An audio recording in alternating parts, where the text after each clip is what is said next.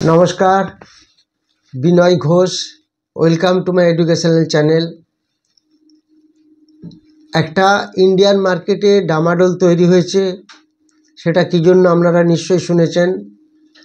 সমস্ত কিছু ট্রাম্পের ব্যাপার নিয়ে ইন্ডিয়াতে এই ঘটনাগুলি ঘটছে এবং সেটা কেন ঘটছে, কী ব্যাপার, সেগুলো আমি ডিটেলসে যাব। তার আগে সকালে আমি শর্টস দিয়েছিলাম যে ওয়ার্ল্ড মার্কেট মোটামুটি একটা পজিটিভ আছে, ইউরোপিয়ান এবং American market. Asian market slightly একটু পজিটিভ নেগেটিভ একটু কম্বিনেশন ছিল, কিন্তু এফআইআই কন্টিনিউ সেলিংয়ে থাকার জন্য আমাদের মার্কেটে আরও একটু ডামাডোল তৈরি হয়েছে।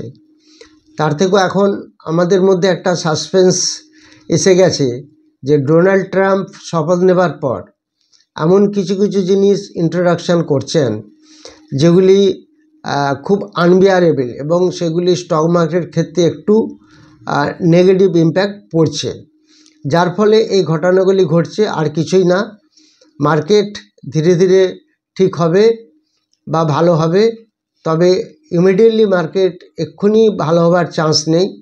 তার কারণ সমস্ত কিছু মিলে দেখা যাচ্ছে মার্কেটের নেগেটিভ ইম্প্যাক্টই চলছে। কাল তো প্রচুর মার্কেট পড়েছিল, সেটা দেখেছেন। আমি দুদিন আউট অফ স্টেশন ছিলাম বলে ভিডিও দিতে পারিনি।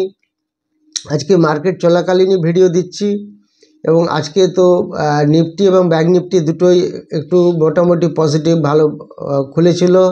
নিফটিও 80-90 পয়েন্ট প্লাসে, ব্যাংক নিফটিও 100 পয়েন্টের উপরে প্লাসে খুলেছিল।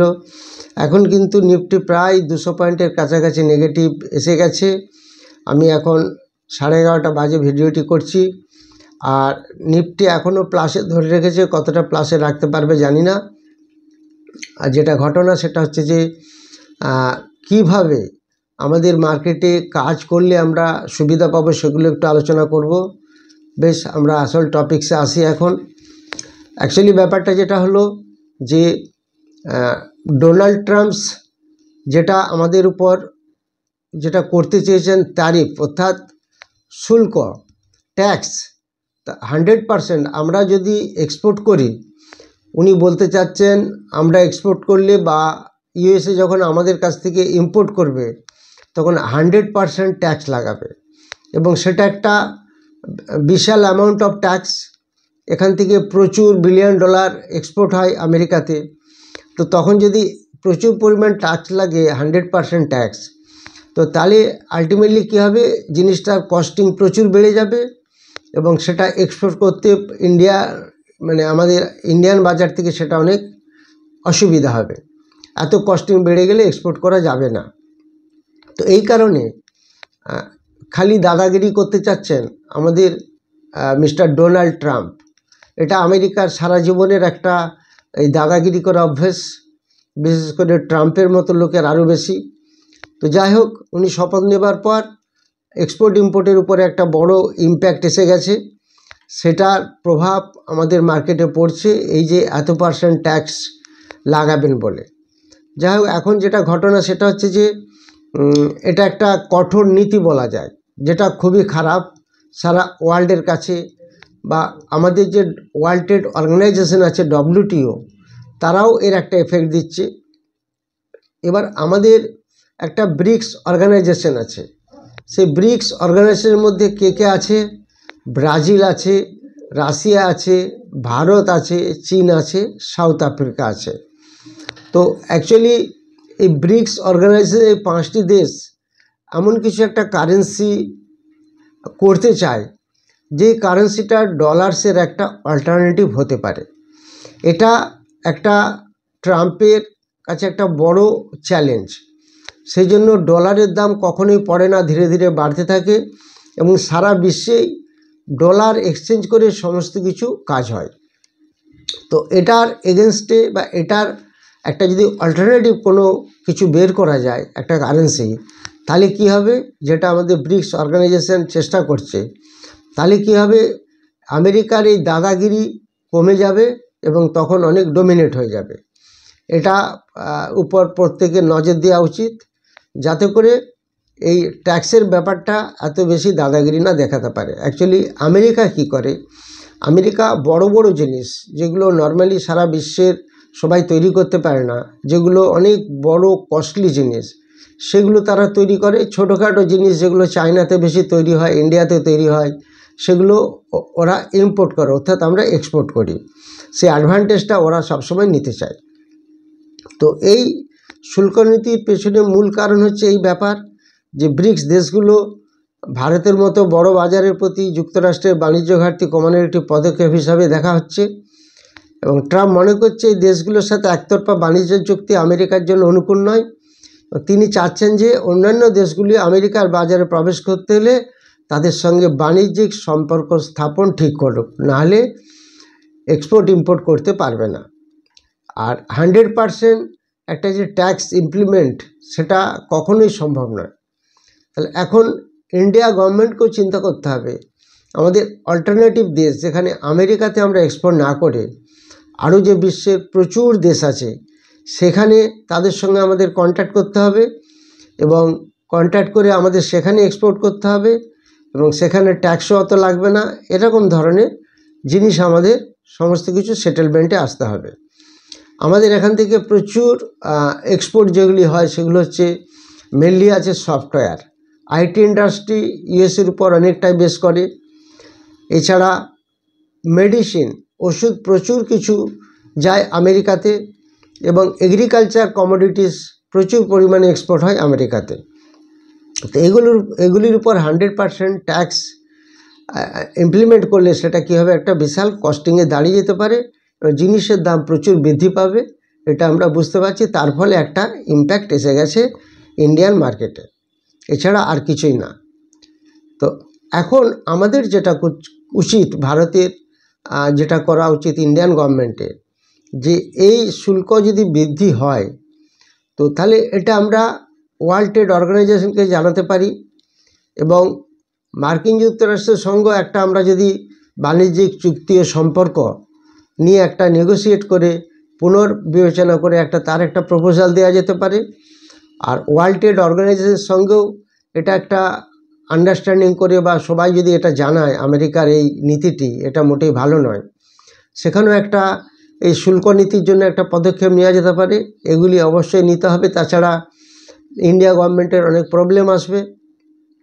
তো আলটিমেটলি একটা চ্যালেঞ্জের সম্মুখীনে আমরা হয়ে যাচ্ছি ইন্ডিয়ান গভর্নমেন্টে, যার ফলে এই যে কৌশলগত বাণিজ্য নীতির মাধ্যমে এখানে একটা সংকট তৈরি হয়ে গেছে।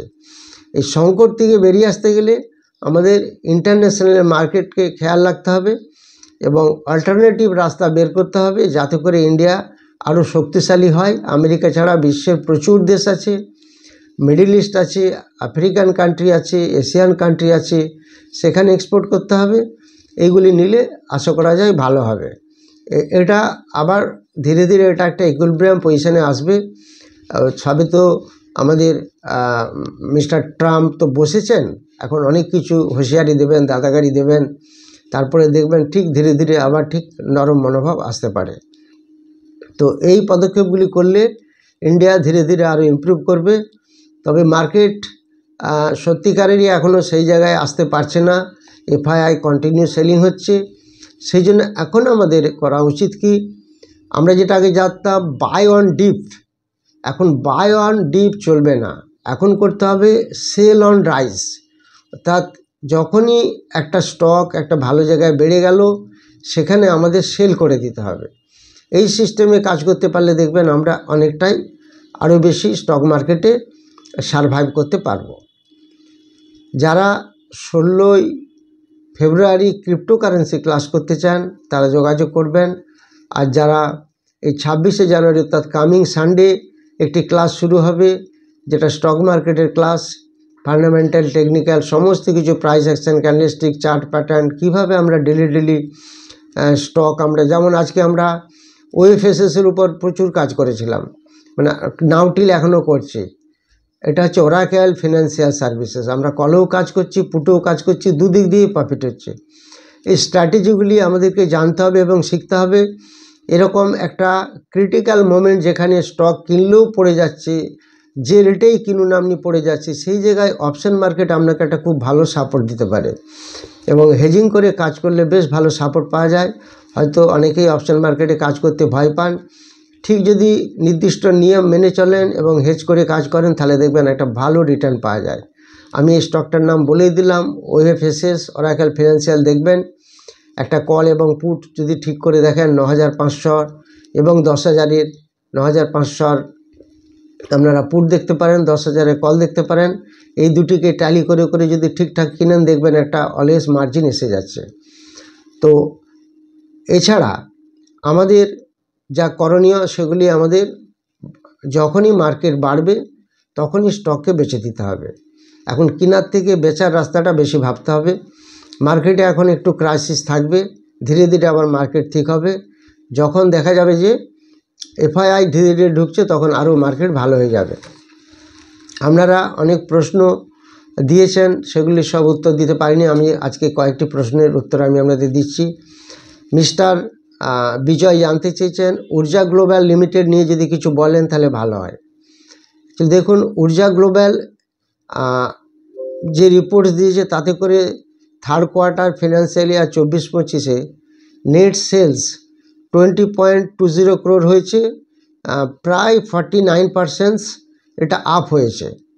তবে এখানে FII কিন্তু অনেকটা FII কমিয়ে দিয়েছে হোল্ডিং। ডিআইয়ের কাছে কোনো নীল, ডিআইয়ের কোনো হোল্ডিং নেই। পাবলিকের কাছে ম্যাক্সিমাম শেয়ার আছে 80% এই ঊর্জা গ্লোবালে। তারপর জানতে চেয়েছেন অমন রানা স্যাগিলিটি নিয়ে কিছু বলুন। এটা একটা health care technology company, USA based clients আছে মেন। প্রফিট ঠিকই আছে, কিন্তু FIIয়ের কাছে 3.77% আছে, ডিআইয়ের কাছে 7% আছে। প্রমোটারের কাছে খুব ভালো আছে হোল্ডিং, মোর দেন 80%, প্রায় 82.39%। আর এটা বুক ভ্যালু কিছু পেলাম না বলে দিতে পারলাম না। আপনাদেরকে আরও বলে রাখি যে আপনারা কমেন্ট সেকশানে কমেন্ট দেবেন, এবং আপনাদের যদি পার্টিকুলার কোনো শেয়ারের উপর ভিডিও করতে হয় বা যদি আপনাদের কোনো কিছু আরও জানার থাকে সেগুলি জানাবেন। একসাথে অনেকগুলি যদি কমেন্ট পাই একটা ভিডিও সেখানে আমি করে দিতে পারবো, কিন্তু আলাদা আলাদা স্টক নিয়ে করা যাবে না। একসাথে যদি 10-15টা কমেন্ট পাই একই স্টকে তাহলে ভিডিওটি করতে সুবিধা হবে। এরপরে মিস্টার সুব্রত ঘোষ জানতে চেয়েছেন I shall be highly obliged if you discuss about the stock of Indus Tower. এই Indus Tower actually 13.07% over the last 1 month compared to 8.18% gain করেছে। এটা BSE টেলিকমিউনিকেশন ইন্ডেক্সে অলরেডি এন্ট্রি নিয়েছে। FI এবং DI দুটি কিন্তু Indus টাওয়ারের stake বাড়িয়েছে। Book value 105, প্রফিটও এটার বেড়েছে। মিসেস ইপসিতা রয় জানতে চেয়েছেন এলাইট কন ইন্টারন্যাশনাল নিয়ে যদি একটু বলেন। এটা সিগারেট ম্যানুফ্যাকচারিং কোম্পানি প্ল্যানিং করছে যাদের স্টকটা স্প্লিট করা যায় 2025 সালে, এরকম একটা প্ল্যানিং করেছে। এর বুক ভ্যালু আছে 184 কোটি, 184 বুক ভ্যালু। ডেপ্ট আছে 5.18, ডেপ্ট খুব হাই আছে। FIIয়ের কাছে প্রায় 15.49% শেয়ার আছে, ডিআইয়ের কাছে কিন্তু কোনো শেয়ার নেই। প্রমোটারের কাছে 75% শেয়ার আছে। অদিতি কুমার জানতে চেয়েছেন please request you to discuss about Tirupati Forge. এই তিরুপতি ফোর্জ অ্যাকচুয়ালি এটা FIIয়ের কাছে খুব সামান্য পরিমাণ শেয়ার আছে 0.03%, ডিআইয়ের কাছে কোনো শেয়ারই নেই।